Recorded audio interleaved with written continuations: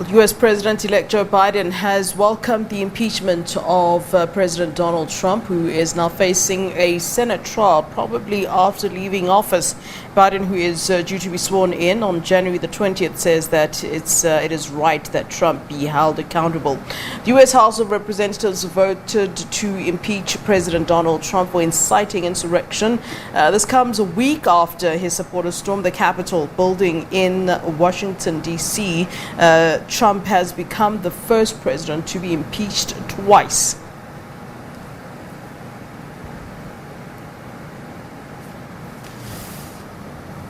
All right, for more on this now, we're joined by our correspondent, Sherwin Bryce-Pease, who is in New York.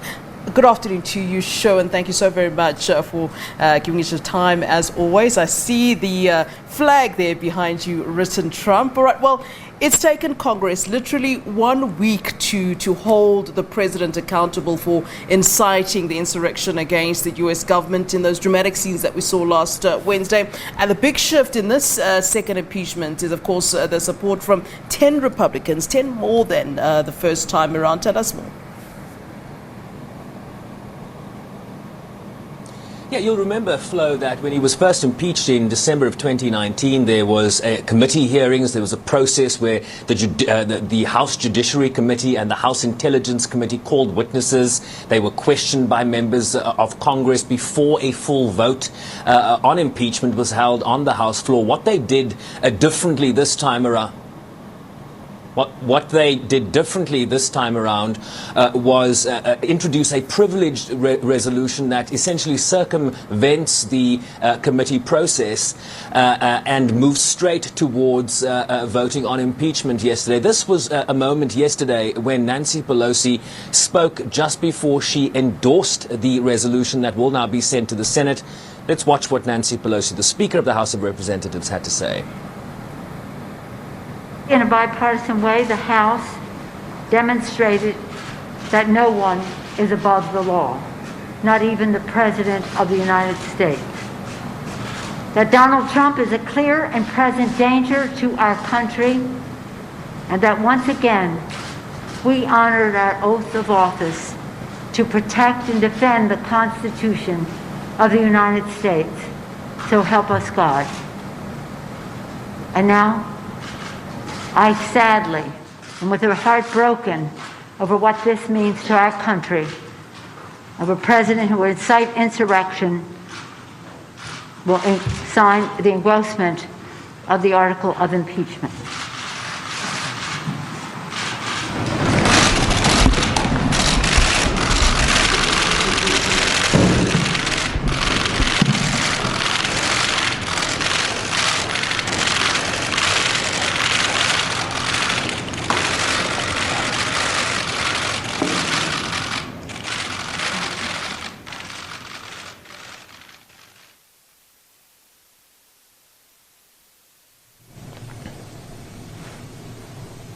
And as much, Flo, as the focus is on the 10 Republicans that joined the Democratic majority in the House in voting for these articles of impeachment, worth noting that 197 Republicans voted against moving forward on impeachment.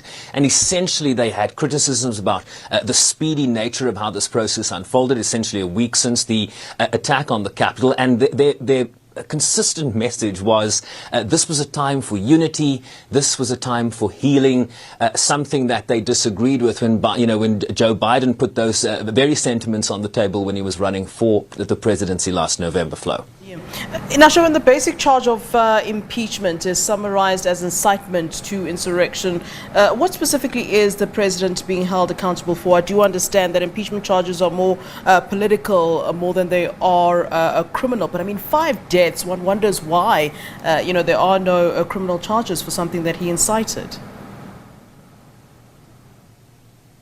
Well, the difference with an impeachment as opposed to a criminal proceeding is that the president cannot pardon himself from impeachment, right? It is the one way you can really hold a president accountable, particularly while that president is in office, because the Justice Department rules determine that no criminal liability can be afforded a sitting president of the United States until they're out of office. So impeachment is really the only way in terms of holding any sitting president accountable. And what we've heard is, in terms of the article of impeachment, they They say the President Trump's conduct on January 6th, 2021 followed his prior efforts to subvert and obstruct the certification of the results of the 2020 presidential election. These prior efforts included a phone call on January 2nd, 2021, during which President Trump urged the Secretary of State of Georgia, Brad Raffensperger, to, quote, find enough votes to overturn the Georgia presidential election result, and also threatened the Secretary Raffensperger if he failed to do so. In addition, the article continues, in all of this, President Trump gravely endangered the security of the United States and its institutions of government. He threatened the integrity of the democratic system, interfered with the peaceful transition of power flow, and imperiled a co-equal branch of government, being the legislature, and thereby betrayed his trust as president to the manifest injury of the people of the United States. That is the language of this resolution, and summarized, as you correctly point out, as incitement to insurrection. So the process now moves to the United States Senate for the second phase of the impeachment process, which is the trial that will determine the outgoing president's guilt or innocence. But that's not expected to happen until Joe Biden is inaugurated and President Trump has vacated the White House. What happens from this point up until then, and really the process of what happens from that point? And remember, we've talked before about how there is precedent for an accused, a person that has been charged through impeachment, to vacate office. They can retire their term in office, they can resign, their term of office can expire, but the Senate trial can still go ahead despite that. And what we heard the minute Nancy Pelosi gavelled that resolution yesterday was a statement released by the current Republican Majority Leader, Senator Mitch McConnell. And he said in this statement that the Senate has held 3 presidential impeachment trials before.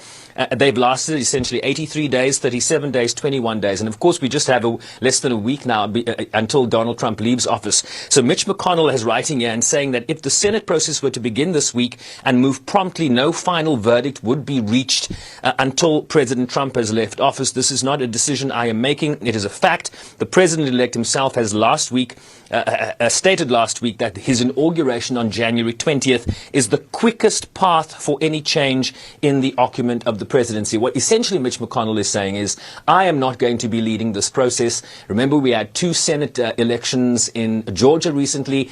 Democrats will now very shortly control procedures in the Senate because they will have the majority. So it's going to fall to Chuck Schumer once Biden is inaugurated as to the timing of when that trial will begin. Biden has made it very clear, Flo, that they want to focus on arresting this pandemic. There's a new stimulus bill that is currently being discussed. We understand the president-elect is going to introduce elements of that later today. So the focus here is still very much on a pandemic that is raging in the United States, vaccine distribution, and an economy that needs to be prepared. So they might first deal with all of that before they get to the impeachment of Donald Trump.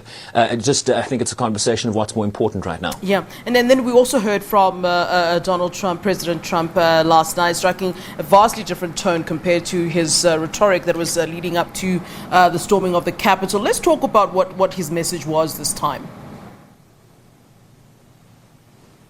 Yeah, so he releases these video statements on Twitter. Of course, he doesn't now have the benefit of his personal Twitter account, so this was released through the official White House account in just a different tone. I think what people call here the teleprompter Trump as opposed to Twitter Trump. So a scripted speech, he read it off the teleprompter, and this is what he had to say. I unequivocally condemn the violence that we saw last week. Violence and vandalism have absolutely no place in our country and no place in our movement. Making America great again has always been about defending the rule of law, supporting the men and women of law enforcement, and upholding our nation's most sacred traditions and values. Mob violence goes against everything I believe in and everything our movement stands for. No true supporter of mine could ever endorse political violence. No true supporter of mine could ever disrespect law enforcement or our great American flag. No true supporter of mine could ever threaten or harass their fellow Americans. If you do any of these things, you are not supporting our movement, you are attacking it, and you are attacking our country. We cannot tolerate it. And of course, that coming in the context flow of FBI warnings that armed attacks are planned in all 50 capitals of the United States, including Washington, D.C., which is the venue for Joe Biden's inauguration in just a few days' time, next Wednesday to be exact. And the concern here is that the president needed to go on the record and speak to his supporters about the imminent threats that the FBI has identified across this country. He seems rather sort of humbled. Of course, this is off topic, but I wonder what really the future does have in store for President Trump. I mean, at some point we were all expecting that he'd run again for 2024, as he'd kind of threatened us, you know, in some ways. And I wonder if that might even be a possibility now, given what's happened. And I suppose maybe it's going back to business, so reality shows. I just wonder what life has in store for him after presidency.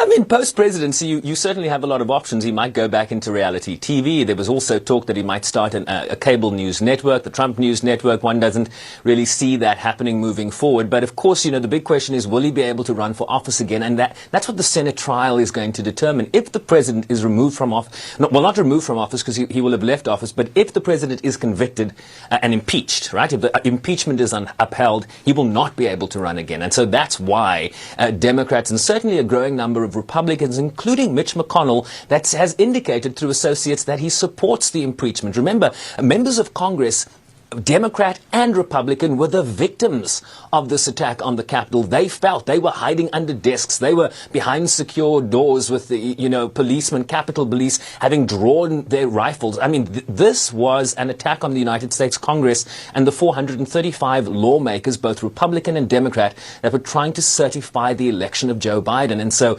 this was felt acutely by them. So they will determine in that Senate trial whether Donald Trump will be able to run for office again. All right, thank you very much. As always, Sherwin Bryce-Pease speaking to us about the impeachment of the U.S. President Donald Trump. Thanks as always, Sherwin. All right, we're going to take a short break. Do stay with us here on SA Today, the last half hour of the show coming up.